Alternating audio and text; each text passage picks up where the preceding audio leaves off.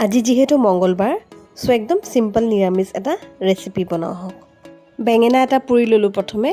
তাৰপাছত বিলাহী এটা পুৰিলোঁ আমাৰ যেহেতু মানুহ কম দুজন মানুহ সেইটো কাৰণে মই এটা এটা দিলোঁ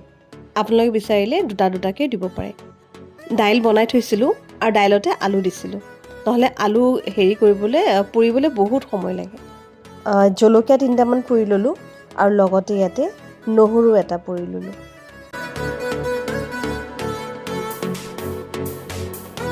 এতিয়া খন্তি এখনৰে ঠাৰিৰ পৰা বেঙেনাখিনি গুচাই ল'লোঁ বিলাহীটো পিটিকি ল'লোঁ আৰু আলুখিনিও ভাঙি ল'লোঁ আলুখিনি বেছি স্মেছ নকৰোঁ নহ'লে ভাল নালাগিব অলপ অলপ গোটাকৈ থাকিলে ভাল হ'ব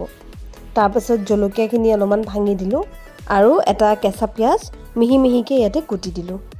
আৰু অকণমান নিমখ দি পেলাই সানি ল'লোঁ তেল গৰম হৈছে তেলতে মিক্সচাৰখিনি দি দিলোঁ ইয়াতে মই হালধি নিদিওঁ কজ ইয়াতে বিলাহীৰ ৰঙাটো আলুৰ বগাটো এনেকুৱা কম্বিনেশ্যন এটা ভাল লাগি আছে আৰু ইয়াৰ নেচাৰেল কালাৰটো থাকিব দিম আৰু ইয়াতে কোনো কালাৰ নিদিওঁ মই এক্সট্ৰা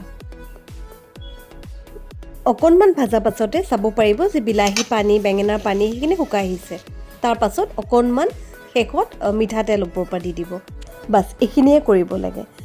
দালি ভাত আৰু ভৰ্তাখিনি এবাৰ খাইছোঁ ইমান টেষ্টি লাগে মাছ মাংস পাতা নাপায়